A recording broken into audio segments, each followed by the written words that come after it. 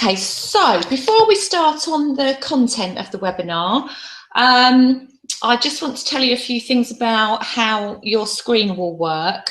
You can see a chat box on the right-hand side of your screen, and I can see that some of you are actually here in the room, so welcome. If you want to ask a question or make a comment, you can just type it into the box. I have made the chat box private, so that means only I can see your question. So it's completely confidential. If I think the question is relevant to the other attendees, then I'll read your question, but be assured that I won't read your name. So the webinar tonight is scheduled for around 50 to 60 minutes. So I will be having a look at the questions in the box as well. If nobody asks any questions, then I might get through the content a little bit quicker. What I would say is if you've got a pen and paper nearby, that might come in handy for some of the things I'm going to say and some of the key points I'm going to go through. So while I tell you what I'm going to cover, if you want to go and find a pen and a paper or a pencil, then do. So tonight, what I'm going to cover is why it's so hard for teens to revise and actually to sit down and do their exams, why the exam period is so difficult for you as a parent. Then I'm going to help you to understand my 3 keys to solving the exam stress challenge. I'm going to give you some of the right and the wrong things to say to either alleviate or to aggravate your teen's stress levels. I'm going to give you some tips on the best way to express concern without causing an argument. And then I'm going to give you some practical tips on how to get through the exam period. And because this is quite a short period of time, a short webinar, I'm not going to be able to tell you everything that I know that I think you need to know. So towards the end of the webinar, if it's okay with you, I'm going to tell you about how you can find out more about working with me. So let's just get on to the next screen. Excellent. So there's a picture of me, looking quite pale actually. So I'm going to tell you a little bit about me and why I'm really passionate about helping parents like you to help your teens. What's led me to do that kind of work. So I've got a really clear memory of when I was about 10. And when I was that age, I can remember being asked at an entrance interview for a school whether I had any idea of what I wanted to do or to be when I grew up. And I confidently answered that I wanted to be in the Nolans. And you can imagine my mother's reaction to that. And, you know, it didn't even enter my head that they were a family band or that they were Irish. And then a few years later, I'd, kind of forgotten about that idea. And Lady Diana Spencer married Prince Charles. And I thought it looked a great job to be a nanny and that maybe I could be a nanny. But because I did actually go to this school where there was an entrance interview, it was a selective school. And I had been labelled as one of the clever girls. And I was told that I should aim somewhat higher than being a nanny. So I sort of forgot about that idea as well. And then somewhere along the line, I thought that forensic psychology sounded interesting. And I don't really know why, because I'm not really interested in that kind of thing now. But, when I was about 13, 14, that sounded like the thing to do. So really my my theme is that I had no definite plan as to what I wanted to do, but I was interested in lots of things. And I talk to teenagers now that tell me they don't know what they want to do, and they're worried about that because they can't formulate a plan. And they're very often told that they need a plan. But I think, if they have lots of interests, just let them be with those ideas. So going back to me, I did apply to do a psychology degree. But I didn't get the A-level grades that I needed to do psychology in the university I wanted to. So as an alternative, I chose to do a teaching degree, which I loved. And when I graduated, I had high hopes for teaching, and I did it. However, any of you that know me will know that I'm not very good with being boxed in or hemmed in by a system, and I didn't deal with that especially well. So then I had my children, and after I had them, I took the opportunity to reevaluate what I actually wanted to do, and was lucky enough to be able to do some training in areas that I had really grown to love. Some of those were homeopathy, Tai Chi, massage, all of these really, really great skills that I still use every day at work, but not a particularly focused way of working. And then I met two ladies called Elaine Wilkins and Kelly Oldershaw of the chrysalis effect. And through them, I learned a huge amount about ME and chronic fatigue illnesses. And still today, I work with ME recoverers, and I really love that. But I have always deep down had this hankering for working with children and young people. So bizarrely or coincidentally, my daughter became ill with post-viral fatigue, and I learned a huge amount through her. And I realised that actually what I was called to do, I really believe what I was called to do, was to work with parents and their teenagers to prevent and help with the huge amounts of stress, anxiety and depression I found out about.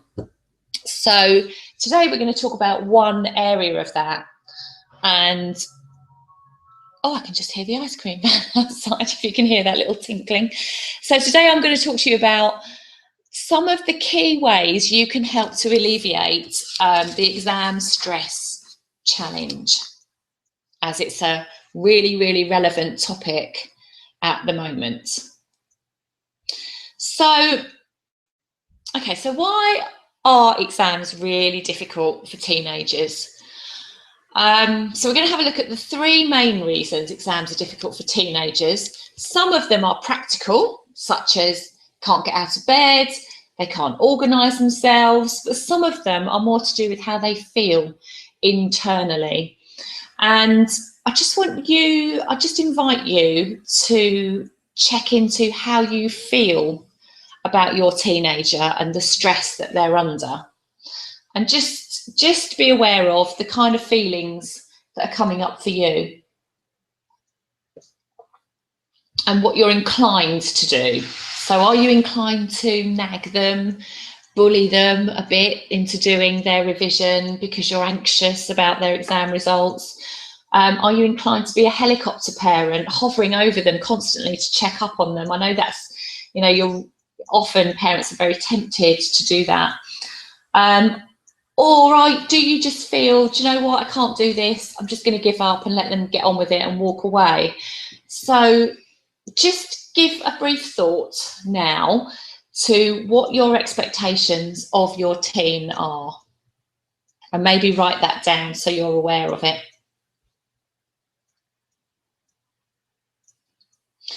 And this is a classic picture, really, isn't it, between parents and their teenagers. Is this how you end up? Is the arguing picture how you feel about your teenager, rather than the happy parent and teenager at the bottom? So one of the reasons that exams are so difficult for teenagers these days is the pressure of expectation. And, this little boy looks really, really happy because he's got an A+ or an A star. And of course, that's the top mark that you can get. So why wouldn't he be pleased? But, kids these days live with the weight of expectation throughout their whole school life. And actually, even before they go to school, because, we as parents, we all want our kids to go to the best school in our area, don't we, to give them the best possible chance. So even there, there's an expectation that they have got into the best school. Are they going to do well? And as young as in year 1, there is a phonics test. Some of those children are only 5.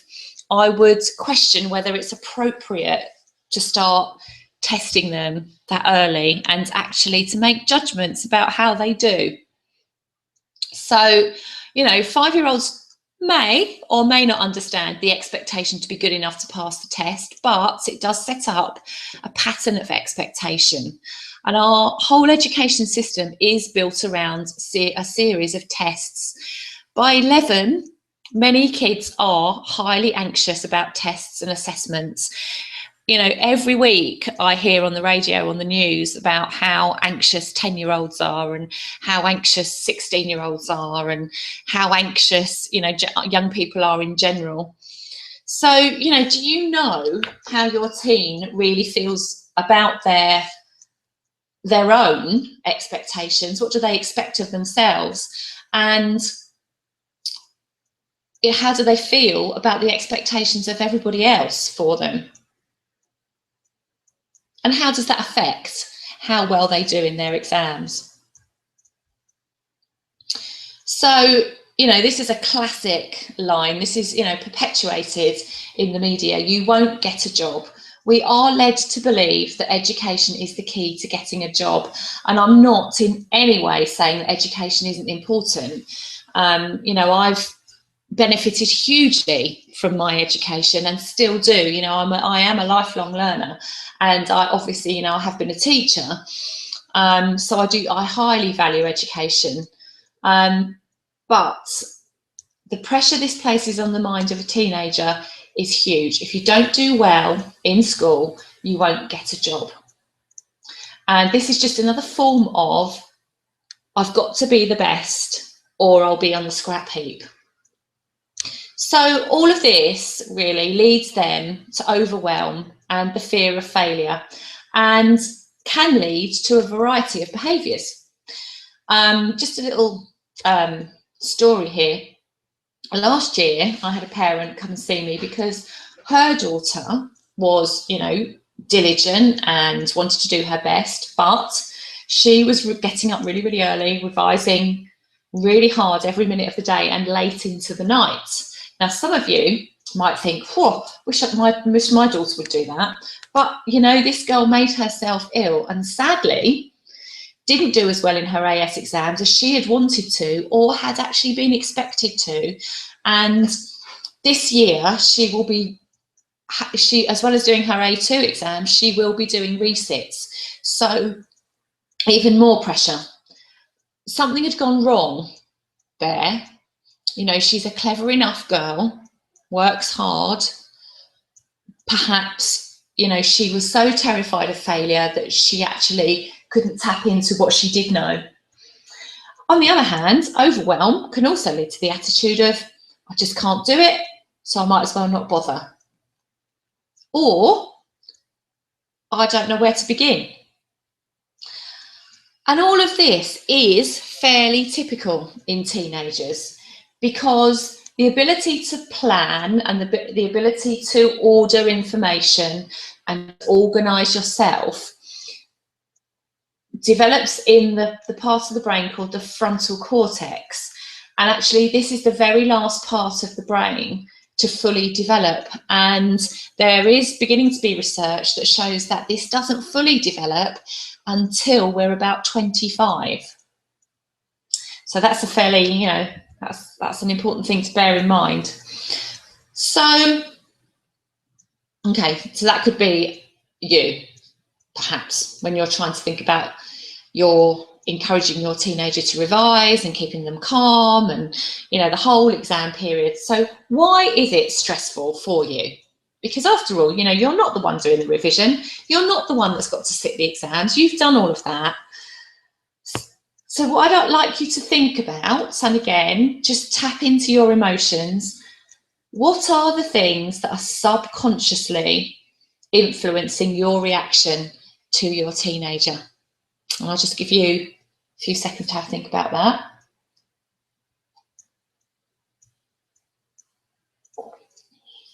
Just going to have a look at the question box while you're doing that.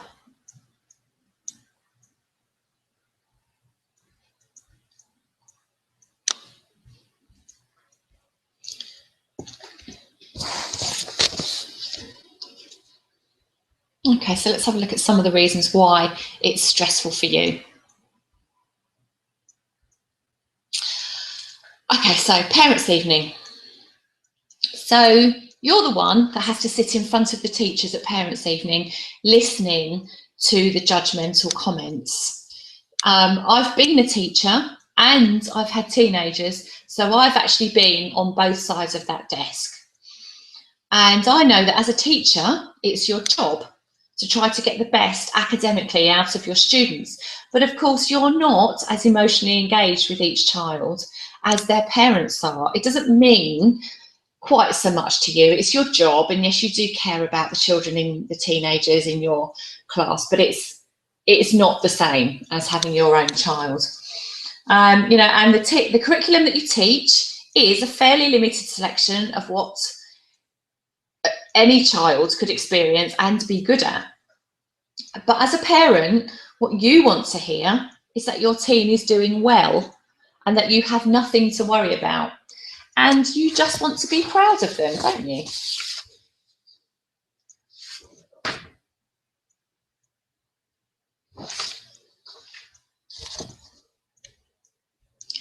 So we're constantly being told, as well as the teenagers, that there are no jobs out there for young people. So surely the best thing you can do is to encourage, bully, you know, nag your teenager to get the best qualifications. You know, surely a little bit of stress now has got to be worth it.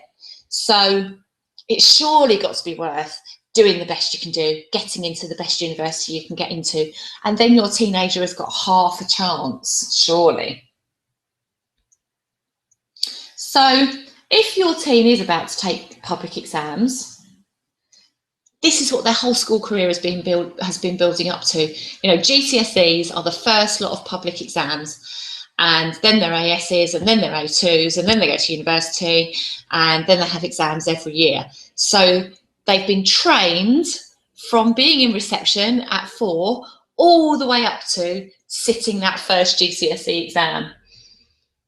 And you want to be proud of them, don't you? Who wouldn't want to watch their teenager on prize day accepting the maths prize or the English prize? How proud would you be? And of course, all of this exam stuff can take you instantly back to your own school days.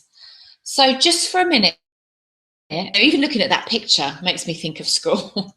So I just ask you to close your eyes and picture yourself at school when you were 15 or 16. And just be aware of the feelings and emotions that come up for you. Now, did you love school? Did you dread school? Did you, were there teachers that you were terrified of? Were there other children at your school that you were terrified of? Just be aware of how you felt. And also how that might be influencing how you feel about your own teenager and their school life. So, the 3 keys to solving the exam stress challenge. And these are, I think, these are the most important things that I'm going to tell you tonight. So, if you don't do anything else, write these down.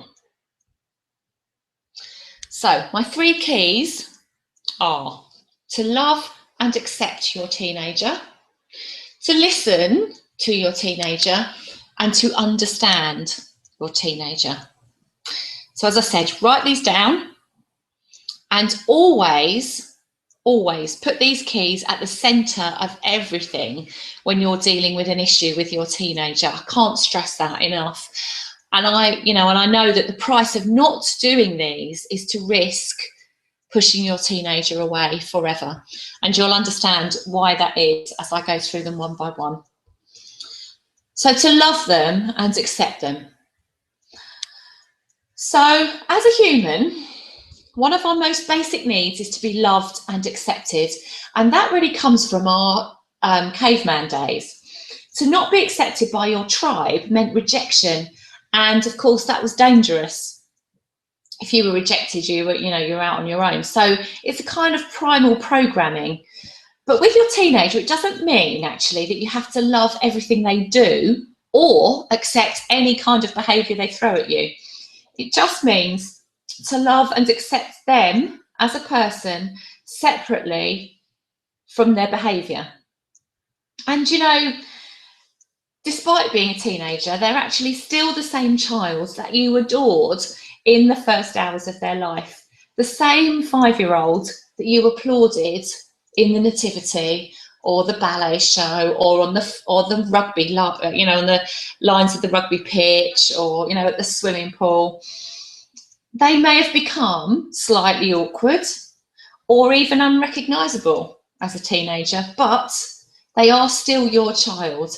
And your job as a parent is to have their best interests at heart all the time, all the time. I can't stress that enough that, you are their parent and they are your responsibility, even though they're at school and, school takes responsibility for them when they're there, but, that your job as a parent is crucial. So to love them doesn't mean be passive. It doesn't mean be wishy-washy or weak. You need to let them know what you think. And my top tip for this key is when you need to say something to them, explain to them that what they've done is unacceptable and that you're telling them that because you love them and that you're there to guide them. So the second key, listen to them. And again, this is one of our basic human needs. To be heard is really important. And I hear a lot from teenagers that they get told a lot of things, but they feel that they're not listened to. Now, as adults, we might feel that we're much more experienced than the teens in our life, and that's true. But we do, as humans, learn through experience much more than being told. And yes, you are the expert as a parent, but your teenager does need to learn his or her own lessons. And teenage years are a time of developing self-identity and independence. Not being listened to as a teenager can often equate to them feeling that they're being treated like a baby. So listen to them and then explain what you think and tell them that what you're doing is because you love them.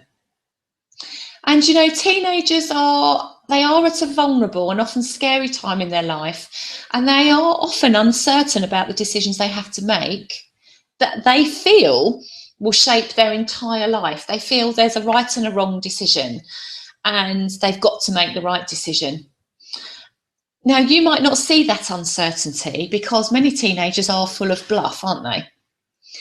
So my top tip for this key is to make sure they know that you are really listening. So when they're talking to you, stop what you're doing, look at them and acknowledge what they're saying.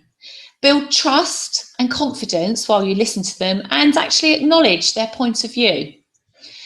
Because pushing them into something will actually make things worse for them and for you. So the third key, understand them. How many times do you hear from your teenagers, you just don't understand? It's a kind of classic Kevin and Perry moment, isn't it? And it's a horrible situation for your teen and for you if you feel that you have no way to start a conversation because you don't have any common ground. Know that you do understand because you have been a teenager yourself. But on the other hand, life is almost unrecognisable today to just 30 years ago. So there are many things such as constant bombardment with social media that we as adults just haven't experienced. I grew up at a time where there was no internet. So people weren't able to contact me. And I think that's a real benefit. But now, with their smartphones, they're just bombarded the entire time. Okay, so if you feel you have no common ground, all you have to do is listen and hear what they're saying and accept their point of view. You don't have to agree with it, but for everybody to have our own point of view accepted is really validating. Okay, so they're the 3 keys. Now I'm going to just go on to the right and wrong things to say. So are you going to add to your teen's exam stress, or are you going to be helping to alleviate it? So I'm going to talk about some of the things you might say inadvertently. And this is something that I go into much more detail in on my Cracking the Teenage Puzzle course, which I'm going to tell you a little bit about later.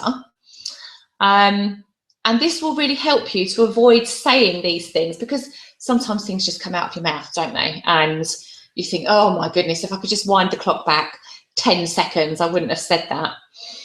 So, okay, so first of all,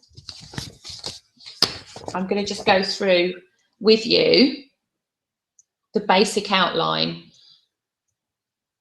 of a system that I call the 5 simple steps. And sometimes I call it the 5 simple steps to stop arguing with your teen. And sometimes I call it the 5 simple steps to understanding your teen. And sometimes I call it the 5 simple steps to having positive and productive conversations with your teen.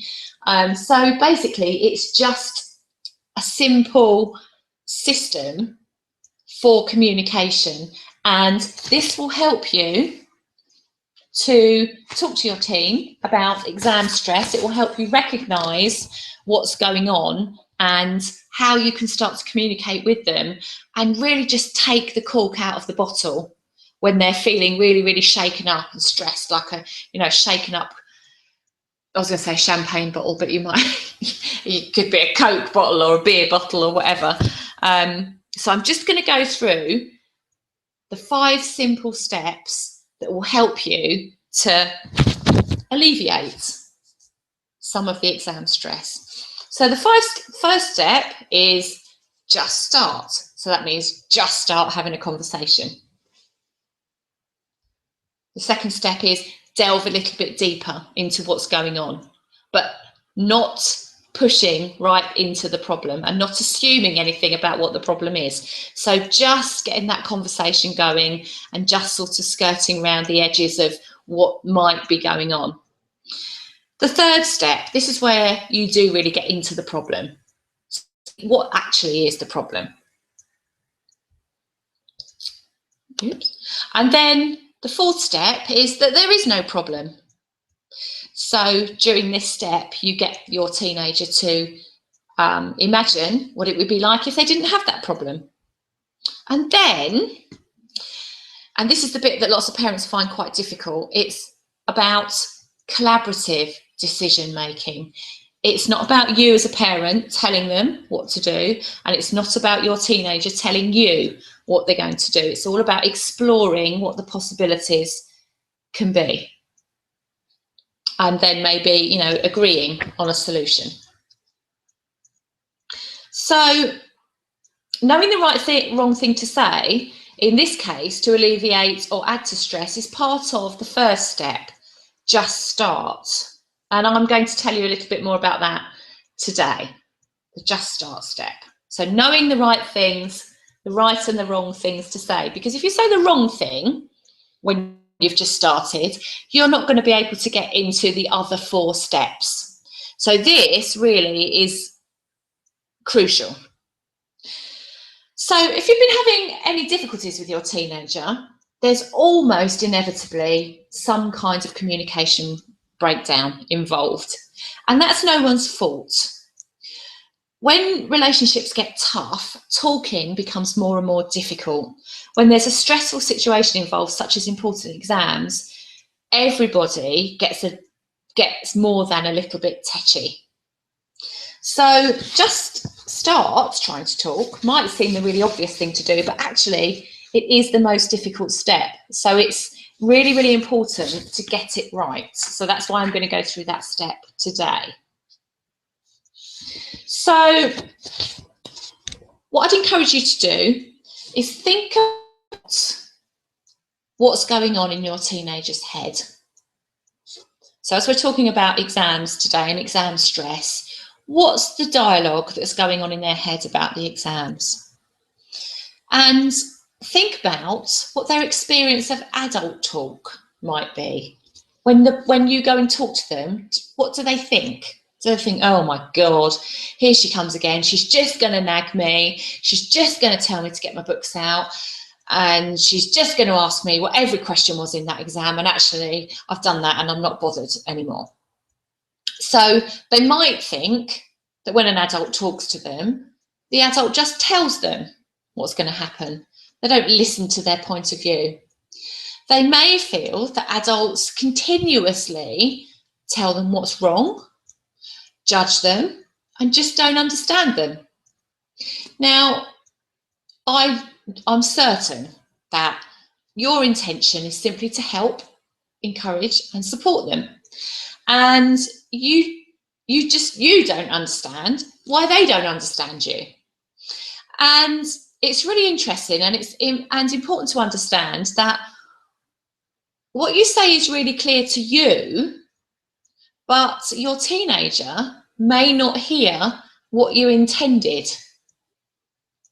And that's because we all have filters that influence how we interpret the world. And those filters happen because of our experiences. And then that affects how we hear and experience other experiences.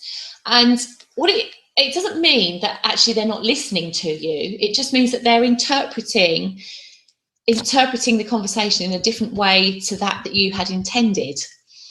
And of course, if they are feeling under attack or overwhelmed by the volume of exams they have to do, or even if they're being hard on themselves and expecting failure, they will almost certainly hear criticism, even if that's not your intention. And it's really important to bear that in mind.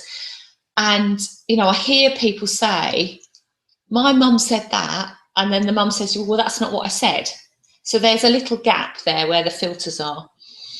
So I'd encourage you to try and put yourself in your teenager's head and notice now how I feel, how you feel rather, when I read out some comments. And maybe you want to write these down. These are some of the wrong things to say. And I just want you to just be aware of how you feel when I say them. So, how many times do I have to tell you, you won't get a job at all if you don't get good exams? So how does that make you feel? Do you feel a bit stupid? Because clearly, I've said, how many times do I have to tell you?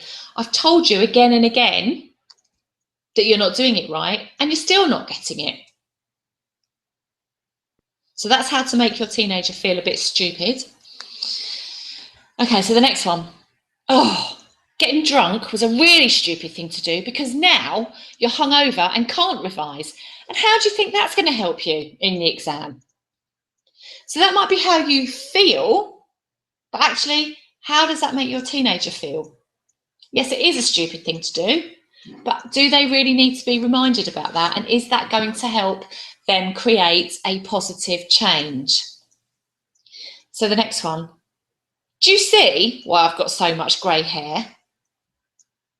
So how does it feel to know that you are the one causing me stress and poor health?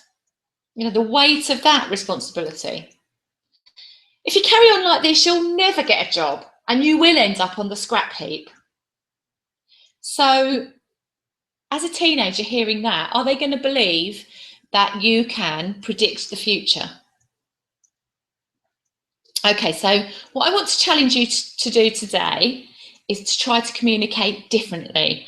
Notice when you feel exasperated, but take a deep breath and try to remain positive in the things that you say, or at least if that's really, really hard, just try to remain neutral. And if verbal communication has pretty much broken down, you might even want to start by communicating in a slightly different way. Things like this, write this down because this is a really good way to communicate. And I know lots of people that have tried this. Put a post-it note with some encouraging words to your teenager on their cereal box in the morning, or put it on the fridge, or put it in their pencil case, that kind of thing.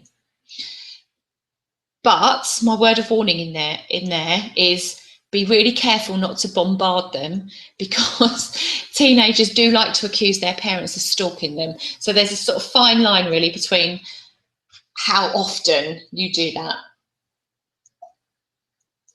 But it's just a positive thing for them to read, and they might smile. And the other thing is to try to understand your teenager's language. They might use different words to you, but don't be put off by that. Just accept it is a generational thing. If you don't understand what they're saying, ask them without judgment exactly what they mean. So that's the first step. And here's a summary of the 5 steps in total.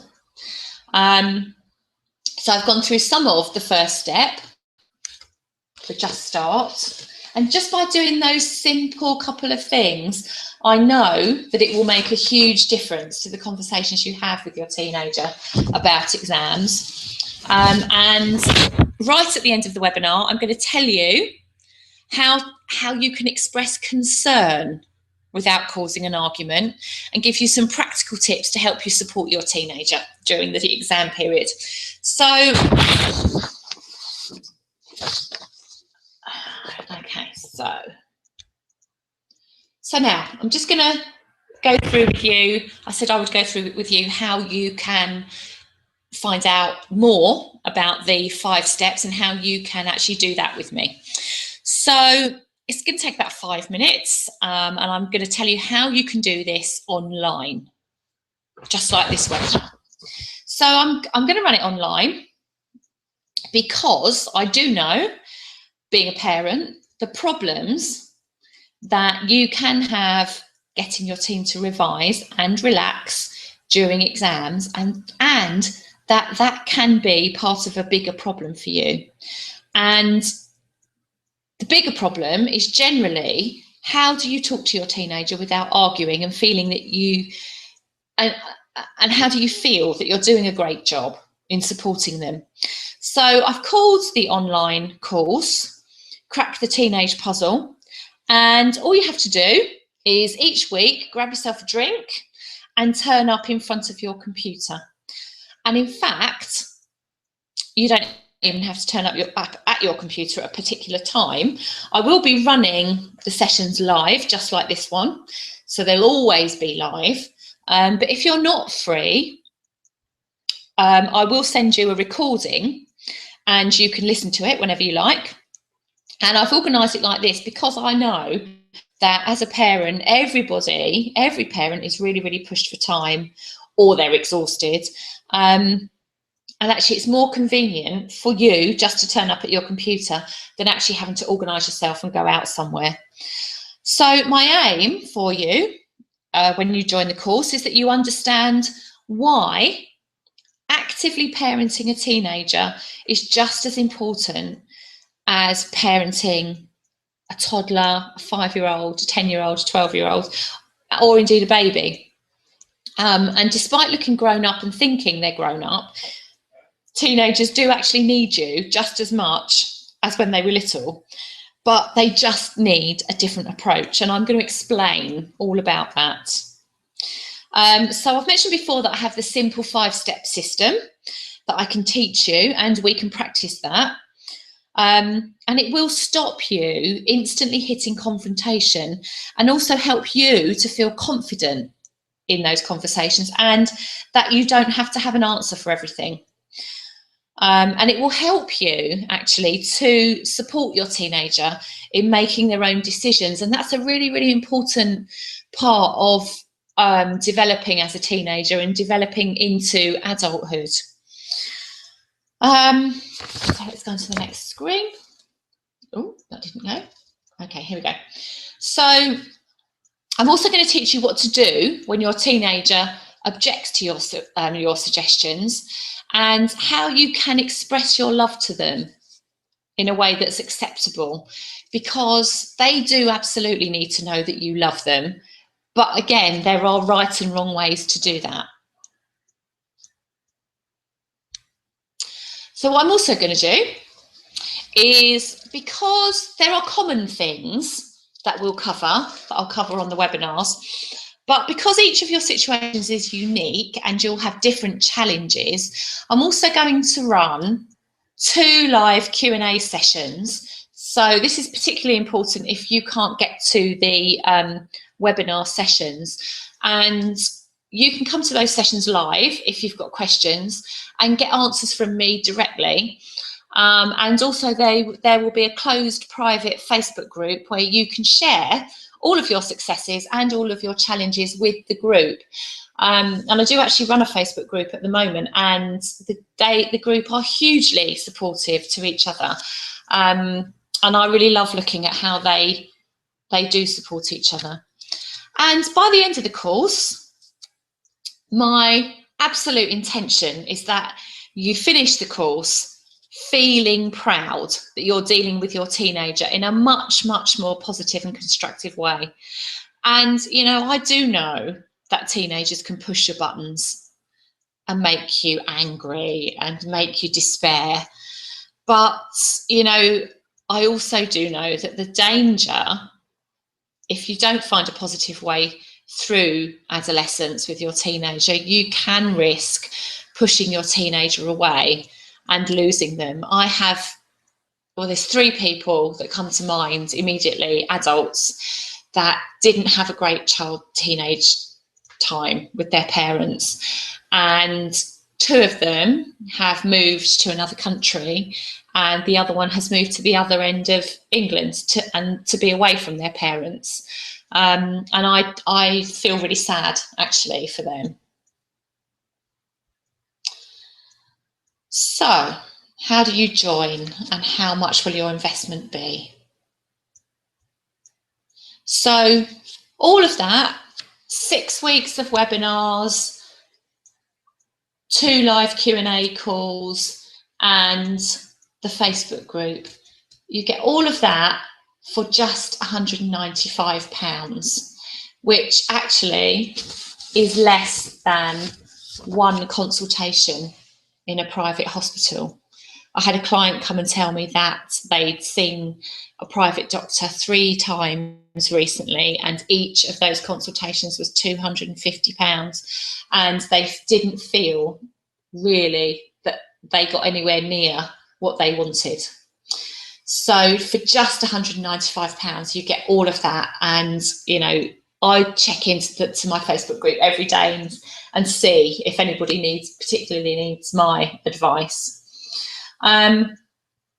It's £195 at the moment, and that's later in the year. That is going to be £395, which I still know is huge value. £395. That's still less than 2 appointments with a consultant. The reason I'm running it at £195 at the moment is because I'm putting my system that I already work with into an online format. So it's, in essence, it's a launch program. So I did say, I'm just going to leave that slide up. So what you have to do actually is, if you would like to join the course, you just have to put this URL, www.well-kids.co.uk/online-course/. Just type that into your browser, and that will give you a booking page, and it'll tell you in more detail. It will just sort of reinforce what I've said and give you all of the benefits of the course. And on there is a PayPal button. And if you click that, you can just fill in all of your details and pay by PayPal. So I'll just leave that up so you can see it. And I did say I would share with you how to express concern with your teenager for something they've done or not done without causing an argument. And this is really, really simple, and you can practice doing this. You have to be aware of how you feel, but actually all you have to do is separate the behaviour from them. So tell them you're willing to listen to their point of view, ask them questions about what they've done, why they've done it, what they believed was true for them. Listen to them, and as I said before, stop what you're doing, make sure they know you're listening by looking at them and acknowledging them, and say to them that you're talking to them about this because you don't find that behaviour acceptable, and you're saying it because you love them and you want the best for them. So in regard to exams, tell them that you know it's boring, because it can be very boring, and that you know it's difficult to sit and revise, but also tell them it's only a short period of time.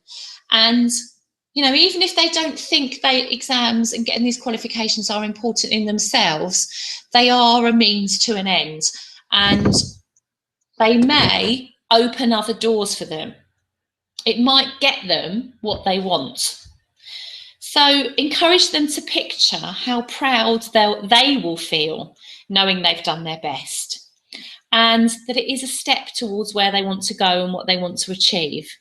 And just a word of caution here, never be tempted, never ever be tempted to call them lazy, unmotivated, uncaring, any of those words, even if it's what you think. You know, it's horrible for everybody to hear those words. Always reinforce the positive. So a few tips, so you might want to write these down, actually do write them down, tips for supporting the exam period and revision time. Ask your teenager for their exam timetable. They will have it. Photocopy it. Put it somewhere where you know what they're doing, and that your teenager knows that you know. Help them to put together a revision timetable, working backwards from their exam schedule, so that they know that they've got a good amount of revision slots for each subject, and it doesn't get to be a panic towards the end. Also explain to them that 45-minute slots tops work best, and then they need to have a short break. Revising for 4 hours at a time, nothing goes in. You know, it's just a physical impossibility. They're not going to learn anything. 45-minute slots, and then go and do something different. So also in that revision timetable, make sure that they have complete downtime when they see their friends or they go out and do something that they really, really enjoy. Because, you know, it's not meant to be torture. You know, it is serious, but it's not meant to be torture. And also make sure that they do eat and drink well. If you're tired, if you're dehydrated, if you're hungry, you're just not going to be able to concentrate. So they're my top tips. Okay, I've lost my cursor. Here it is. So I'm just going to wind up by I'll tell you again how you can get through to the booking page. So you just need to type into your box at the top, www.well-kids.co.uk/online-course/. And because I know, I'm going to give you a special offer here, because I know as a human being, but especially as a parent, you can quickly put off doing something and hope that things will get better. I'm going to offer you a really fast action bonus, and this is only open today until midnight. So today, I'd like to offer you that whole course. You get everything that I've told you about for just £95.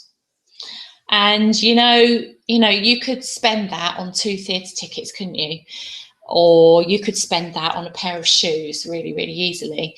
And I just would really like to emphasize that, the investment you make in your teenager is just so valuable. They'll thank you for the rest of your life, and you will know that you've done something really great for them. And I know it's not right for everybody, and that not everybody needs that kind of support and help, but if it's something that you're concerned about, and that you feel there's something you need to do, this is the time to do it. Tonight at midnight, that offer will be coming down, and tomorrow you can still have it for 195, but hey, if you can get it for 95, so much the better. So I'd just like to leave you with a thought.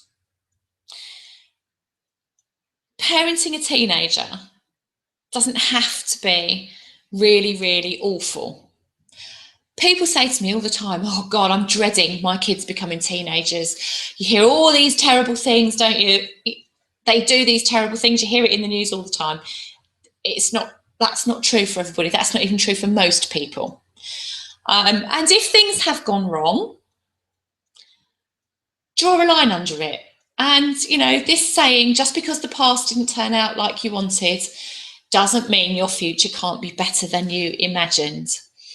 Teenagers are on the brink of their adult life, and they are full of possibility. If given half a chance, they're full of brilliant things. And it's as their parent, it's a really, really exciting time to share with them. So I just want you to keep that image in your head. So I'm just going to leave you with, I'm just a little bit surprised to see that I've typed £195 there.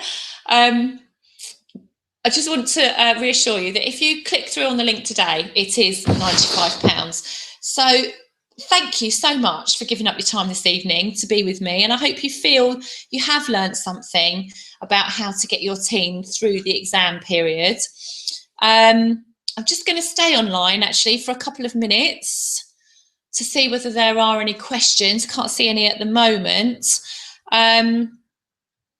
So here's the link again. So www.well-kids.co.uk/online-course/ and that'll take you through to the page where you can really easily book, and then you'll be hearing from me with emails.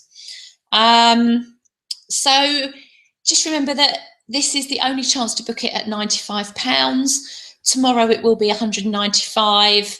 And if you need some time to think about it, that's fine. £195 is still brilliant value. And later in the year, I did mention it will be £395.